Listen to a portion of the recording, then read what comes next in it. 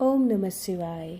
आशा करती हूँ आप सब कुशल मंगल होंगे और आपके अच्छे स्वास्थ्य की कामना करती हूँ। आपका स्वागत है मेरे चैनल में। आज मैं आपको सोमवती अमावस्या के बारे में बताऊंगी कि सोमवती अमावस्या, जिसको सोमवती अमावस्या भी कहते हैं, कि इसकी सरल पूजा विधि क्या है। तो आइए जानते हैं, आरंभ करते हैं। सोमवती अमावस्या की सरल पूजा विधि। सोमवार के दिन जब अमावस्या तिथि आती है तो उसे सोमवती अमावस्या कहते हैं। सोमवती अमावस्या के दिन पीपल की पूजा की जाती है। पीपल देव वृक्ष है, जैसे कि आप सब जानते हैं। पीपल की हो सके तो इस दिन हम परिक्रमा करते हैं, और हो सके तो आप 108 परिक्रमा करें। अगर संभव नहीं है 108 परिक्रमाएं करना आपके लिए, तो आपको 8 परिक्रमाएं तो अवश्य ही करनी होती हैं। सोमवती अमावस्या की पूजा करने से महिलाओं को अखंड सुहाग की प्राप्ति होती है। घर में अन्न धन के भंडार भरे होते हैं और सुख समृद्धि आती है। सोमवती अमावस्या के दिन पीपल की पूजा के लिए सामग्री लेनी है। सबसे पहले जब भी हम किसी वृक्ष या देव वृक्ष की पूजा करते हैं तो सर्वप्रथम जल से सींचेंगे। जल का लोटा लेना है और साथ में जल से सींचने के बाद गेहूं के दाने रखेंगे वहां पर, और गणेश जी को वहां पर विराजमान करेंगे।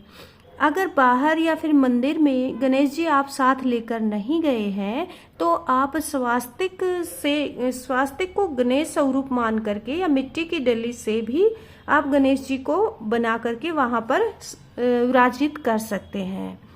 और इस पर गेहूं पर फिर से या फिर चावल के दाने वहां पर रख करके हमें दिया पर विचलित कर लेना है, और इसके बाद दिए को पीपल के समीप ही हमें रखना है।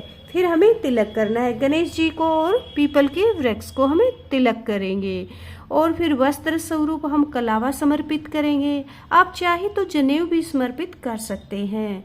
इसके बाद अगर आपके पास पुष्प हैं तो आप पुष्प फूल समर्पित करेंगे, और इसके बाद धूप दीप हम दिखाएंगे वहां पर पीपल के वृक्ष में पूजा करते हुए। और सोमवती अमावस्या का पूजन जो है शोभा धोबी ने किया था, जैसे कि आप जानते होंगे, इसकी कहानी आपने सुनी होगी। तो इस दिन जो शोभा धोबिन है उन्होंने इस व्रत को किया था।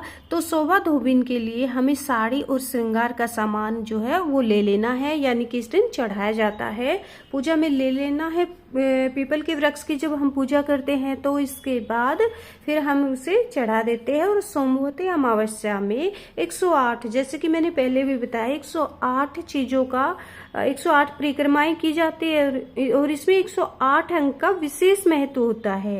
जो भी हो, अगर आप 8 अंक का कुछ भी सामान हो या फिर प्रसाद रूप में, भोग रूप में कुछ भी हमें लेना है, तो फिर हमें 108 की संख्या में हमें चीजें ले लेनी हैं। आप कुछ भी ले सकते हैं, आप बिस्किट ले सकते हैं, आप टॉफियां ले सकते हैं, आप फल ले सकते हैं, जो भी ले, ध्यान रहे कि 108 की संख्या में हो। इस प्रसाद को हम भोग स्वरूप चढ़ा देंगे और वहाँ बांट देते हैं। फिर हम गणेश जी, सबसे पहले तो हम वहाँ पर भोग रूप में चढ़ा देते हैं। गणेश जी और देव वृक्ष में भोग चढ़ाएंगे। इसके बाद गुड़ पतासे या कोई भी ऋतु फल आपने ला रखा है तो आप उसे समर्पित करेंगे। लेकिन 108 चीजें सोमवती अमावस्या के दिन जरूर हमें पीपल के वृक्ष में समर्पित करनी होती है और बांटनी होती है। इसका विशेष ध्यान हमें रखना है। इसके बाद दक्षिणा हम समर्पित करेंगे और फिर कहानी सुनेंगे। कहानी सुनने के लिए हमें दाएं हाथ में गेहूं के दाने लेने हैं और एक जल का लोटा भर के रख लेना है। दाएं हाथ में हमें गेहूं के दाने, अगर गेहूं नहीं है तो आप चावल के दाने भी ले सकते हैं।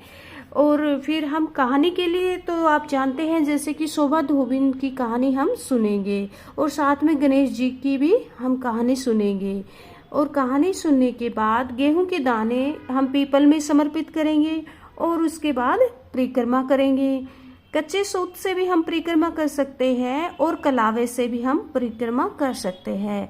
वैसे तो 108 परिक्रमाएं होती हैं, और अगर संभव नहीं होता है आपसे तो आप 8 परिक्रमाएं कर सकते हैं। और उसके बाद गणेश जी को हम गणेश जी की हम आरती करेंगे, विष्णु भगवान की भी आरती करेंगे। और आरती के बाद हाथ जोड़कर अपने पति की लंबी उम्र, अच्छे स्वास्थ्य और घर में सुख समृद्धि बनी रहे, इसके लिए हम कामना करेंगे, प्रार्थना करेंगे। जल की लोटे को कहानी और आरती के बाद पीपल में सींच देंगे और जो भी हमने प्रसाद लिया है सबको बाहर बांट देना है। टॉफिया, बिस्किट या फल जो भी आपने प्रसाद रूप में लिया है उन सबको आपको बाहर बांट देना है। एक बात यहाँ पर ध्यान देने योग्य है कि आप इस प्रसाद को स्वयं ग्रहण ना करें और ना ही घर में बच्चों को बांटें, अभी तो इसे बाहर ही बच्चों में हमें बांटना होता है। और इसके साथ ही हमने जो श्रृंगार का सामान लिया है, धोबिन के लिए साड़ी ली है, जो भी हमने लिया है तो उसको हमें धोबिन की कहानी सुनने के लिए हमने जो लिया है उसको किसी धोबिन या फिर प्रेस वाली को हम दे सकते हैं। और इस प्रकार हम पूजा करते हैं।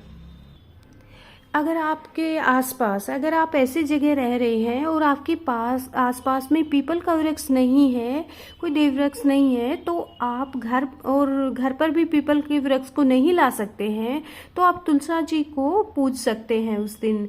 क्योंकि तुलसा जी में ऐसा माना जाता है कि सभी देवी देवताओं का वास माना जाता है और पूजा विधि उसमें यही रहेगी।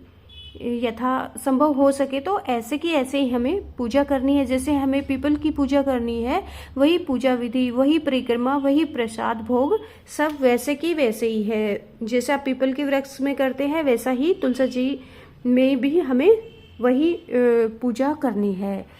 अगर आपको वीडियो पसंद आए तो लाइक, सब्सक्राइब अवश्य करें। पूजा पूर्ण होती है। ओम नमः शिवाय।